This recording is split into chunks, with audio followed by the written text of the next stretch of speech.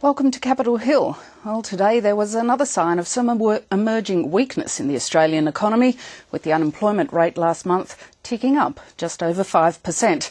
It comes at a time when there's turmoil on the world stock markets, trouble in European economies, and the Treasurer acknowledging the impact of the world turmoil will have an impact on Australian revenue. At the same time, late this afternoon, another 100 asylum seekers arrived off Christmas Island, and the Papua New Guinea Cabinet has signed off on an in-principle support for reopening the detention centre on Manus Island. To discuss the day's events, I've been joined in Melbourne by Liberal MP Kelly O'Dwyer and in Canberra by Labor MP Andrew Leigh. Welcome to you both. Thanks, Lyndall. Andrew, if I could start with you. Another 100 asylum seekers have arrived on Christmas Island. That makes more than 200 since the agreement with Malaysia has announced. It's not yet proved to have a deterrent effect, has it? Well, Lyndall, it's important to take a step back and remember what we're doing here. We're building a regional solution to a global problem. 43 million internally displaced people in the world, 15 million refugees. What we did in Bali was to sit down with the countries in the region and to talk about how we could come up with a regional agreement to stop people smuggling and to humanely treat refugees. But this solution was also supposed to break the business model of people smugglers. Well, certainly we're aiming at having a deterrent effect there, and at the same time we're increasing the humanitarian intake by 1,000 a year. That's the biggest increase in the humanitarian intake since the early 1990s, and I'm really proud of that. I think Australia can resettle more refugees. But the important thing that we're doing is sending a clear message to people smugglers. Don't come by boat to Australia. We're doing that for a humanitarian reason. We saw in the Christmas Island tragedy a 2-month-old infant perish. We don't want to see people take that dangerous sea journey, put children on boats to come to Australia. So that's the aim of this Malaysia deal. And the regional architecture is now starting to open up with, as you said, the Papua New Guinea Cabinet signing off in principle on Manus Island. Kelly, would you support the reopening of the detention centre on Manus Island? It does seem to have the support of the Papua New Guinean government now. Well, let me just make one point in response to what Andrew said. I think we all agree that there needs to be a solution to what has become an enormous problem that the government has created around border protection. When they made their changes in August of 2008, it's proof positive now that with the increasing number of people who have arrived by boat, it was not push factors, but pull factors were drawing these people here. I know Andrew likes to talk about, a regional solution. It's a solution with Malaysia. He talks about the humanitarian aspect to that. A lot of people were talking about the fact that it did require the tick-off and approval of the UNHCR. Of course, they don't have that. So you can talk all you like about being humane. The UNHCR has not endorsed this, and the UN Convention on Refugees has not been signed by Malaysia. So it's all talk and no action. But the agreement was between two countries. It was a bilateral agreement, and the government says the UNHCR will have some oversight. The government was never aiming to actually get the UNHCR's signature on a piece of paper. Well, no, but they did want their endorsement of it, and they haven't got that. They did actually want their endorsement of the agreement with Malaysia. They haven't received that endorsement. In fact, there are a number of backbenchers who made it known, Labor backbenchers who made it known that they would potentially even cross the floor if this wasn't received. Now, they have been so far silent. This is going to be a massive, massive test for the Labor Party. It's going to be a test of Julia Gillard's leadership, and we'll see next week when Parliament returns exactly what happens on this issue. And if I could get an answer to the question I asked about Manus Island, do you support the reopening of the detention centre there? Well, let's see if it happens. The government's really good at making announcements. It's not terribly good on follow-through and delivery. So it's the latest announcement, of which there have been many, in what has been a problem of their own creation. So let's see where it goes. Andrew, is Kelly right? Are there Labor MPs who are unhappy with the agreement struck with Malaysia and the deal to send asylum seekers, 800 asylum seekers there? Well, Lyndall, this is groundbreaking public policy. The UNHCR has said that if this regional framework works, it could well be a model for other areas around the world. And I can certainly tell you what my Labor colleagues are saying. They're saying it is a far cry from what was happening under the Howard government, when asylum seeker policy really was punitive. We saw Tony Abbott today saying that we ought to tow the boats back. Can you imagine a policy of towing asylum seeker boats back into high waters? That would endanger Australian naval personnel, and of course it would endanger the people on those boats.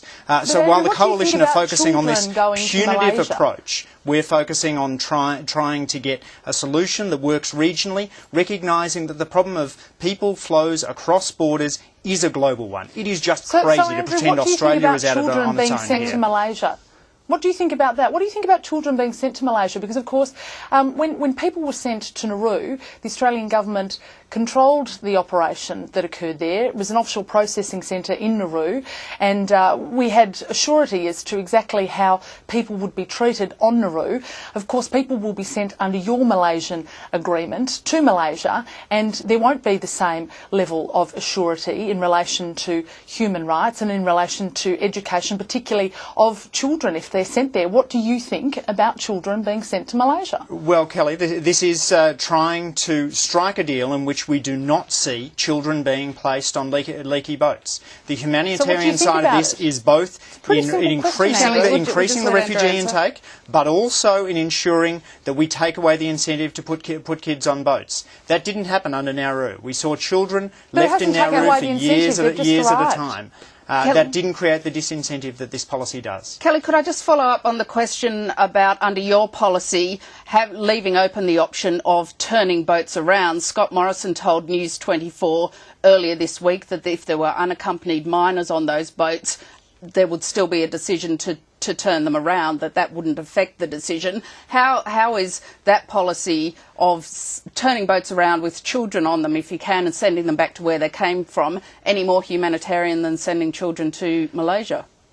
Well, look, nobody wants to see children being put on leaky boats. We've been very clear on that from the word go, and that's why we believe that the Nauru solution is the right solution, along with reinstating those things that the government ripped out of the Border Protection Scheme in August of 2008. Now, when people have been talking about what should happen with boats when they're on the water, look, the fact remains that the most critical issue is whether people will be safe or not, and any decision that would compromise anyone's safety is of paramount concern. So of course you would only take a decision in those circumstances where it was patently clear that it would be safe to do so. Now, I mean, who knows what circumstances might arise. I think Scott and Tony were saying that if the right circumstances arose, you would consider that as an option, but certainly this is not part of our number one solution to the issue. We think a deterrent effect is right, and we think that the Nauru solution is one that the government has had in its back pocket from the get-go. Now, the government has chosen not to pursue that option for reasons that are still not clear. The government already has got an offshore processing centre built on Nauru. The Nauru government has said they're prepared to reopen it. We know that it works. We could move on. And yet this government has refused to pursue it. If we could move on now to the question of the economy. Andrew, the unemployment rate is now at 5.1%. It's over 5% in July. The Treasurer has said that the turmoil on the stock markets may have an effect on revenue. There are questions now about whether you can reach your surplus target in 2012, 2013. Is that a real question, whether that surplus target can be hit?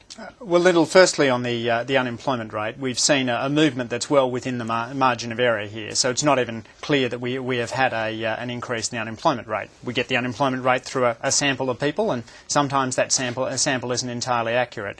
But the Australian economy is performing astoundingly well. There is no other developed country finance minister who wouldn't trade bad places with Wayne Swan right now. But we have a very enough strong to be able economy. to deliver a surplus, even Absolutely. if it's a thin surplus? We will deliver the surplus next year. And stepping back into that global context, it is really important to realise what has caused this global turmoil. This is entirely created by the politics of saying no from the Tea Party Republicans. And what's striking is that you don't see that Tea Party Republican behaviour in, say, the British Conservatives, the New Zealand Conservatives. Where else in the world do you see it? Tony Abbott's Liberal Party. The party of What a no, the line, party Andrew. of What a naysaying, line. and a party which has thrown away the focus on good economic management, which the Liberal Party has traditionally had. The Liberal Party has traditionally stood for good economic management. Now it stands for nothing but saying no. Kelly, if there is turmoil in the stock markets, there's continued weakness in the European economy. If that has an effect on the revenue flowing to the government, should it really be held to the surplus target, which in the end is a political target, isn't it? Well, first I just want to raise a response to what Andrew said about the unemployment figures not being statistically significant. I think 18,000 people who are now unemployed would probably disagree with you, Andrew, and it is very significant that these figures have gone up. We do have an environment right now that is very, very volatile, and in this current environment, the government wants to impose an economy-wide carbon tax, a go-it-alone carbon tax that isn't anywhere in the world, which will retard our competitive advantage and will hurt our economy, hurt Australian families, and particularly hurt business, those businesses particularly that are exporting. The government now is taking advice from Bob Brown, as it has been doing for the entire time of its government, and Bob Brown is saying we still need to impose a carbon tax, but I'm very concerned now about small business and people losing jobs. So, on the one hand, I want to continue to impose a carbon tax, but on the other hand, I don't want to be able to deliver a surplus. We should just completely and utterly throw that out of the window.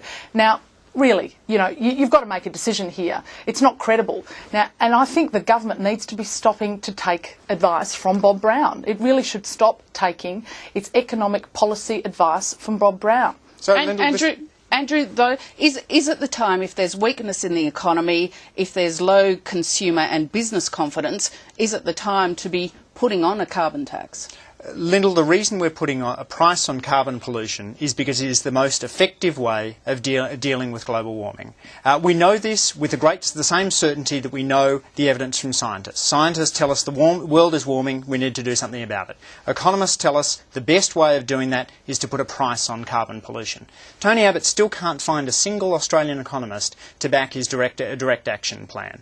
That's because putting a price on pollution is the most effective way of dealing with the problem. And Kelly is really channeling the problem that I talked about before. The modern Liberal Party stands for nothing else than being the party of no, the party of opposing reform. Whereas sensible Conservatives, the British Conservatives, John Howard went to the 2007 election promising to put a price on carbon pollution. It's the cheapest way of doing it. Kelly, if I could just ask you one quick final question, because we're about to run out of time. If there is weakness in the economy, if the unemployment rate is going up, is it the time to be pulling back greatly on government spending? The government should most certainly live within its means, and we have been saying this from day one. The government has wasted a huge amount of taxpayer money. We see this day in, day out, and it needs to take control of the nation's finances. It has the responsibility to do this. It might like to blame everybody else, but the ultimate responsibility lies with the government, and it's been proven that it cannot handle our economy, and its policies are policies that have failed. And that's where we'll have to leave it. Kelly O'Dwyer and Andrew Leigh, thank you very much for your time. Thanks, Lyndall. Thanks, Lyndall. Thanks, Andrew. And thank you for joining Capitol Hill. Join us at the same time tomorrow.